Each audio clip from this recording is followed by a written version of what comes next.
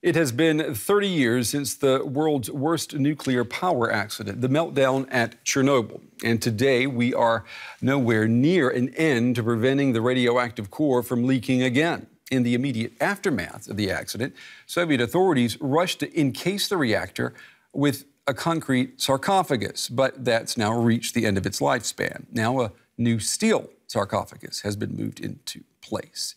And that is only the beginning of another long and some would say dangerous chapter. An icy and overcast day at the crippled Chernobyl nuclear site, but inside a heated tent here, there's a celebratory mood.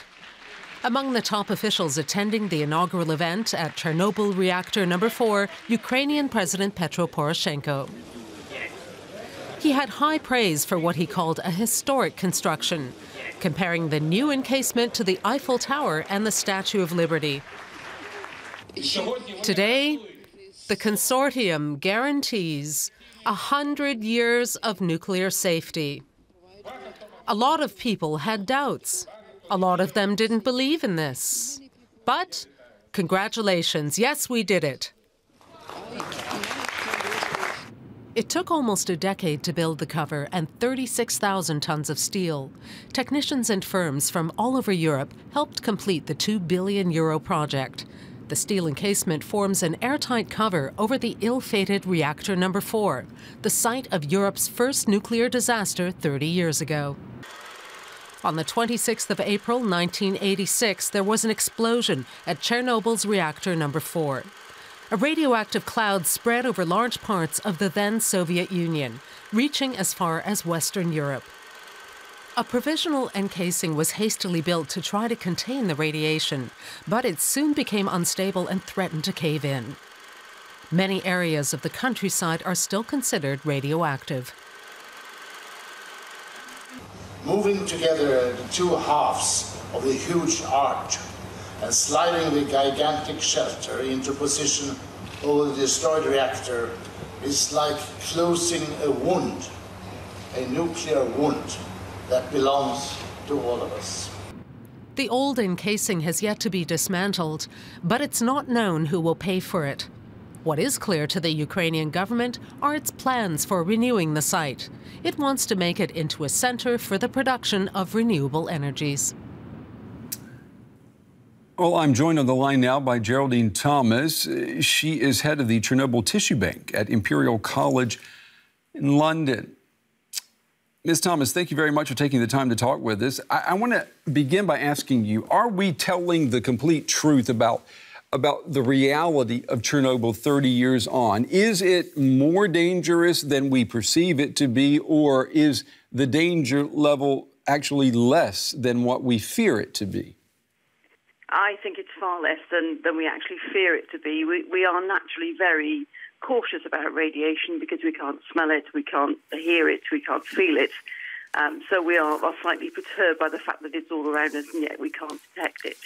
But in actual fact, there's only been one consequence of the Chernobyl accident, and that has been an increase in thyroid cancer in those who were very young at exposure. And that is a single thing that we can pin in the population to the effects of radiation. Some of the workers were affected who received very, very high doses, right, and 28 of those lost their lives. But in the general population, it isn't what people think it is. So was it a mistake then to actually evacuate this huge expanse around Chernobyl permanently? I think in the case of Chernobyl, it was. In fact, the evacuation didn't occur quite quickly enough. Okay. I think in the case of something like Fukushima, there was actually more life lost by the evacuation than there would have been from the doses of radiation received. So it depends on the accident that's actually happened. I think it was wise to evacuate the areas that they did.